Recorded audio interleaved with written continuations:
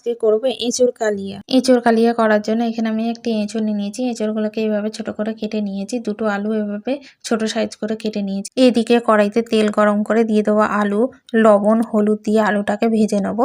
দেখো আলুটা ভাজা হয়ে গেছে, তুলে নেবো। একই তেলে এঁচোড়গুলোকে ভেজে নেবো মিডিয়াম টু লো ফ্লেমে।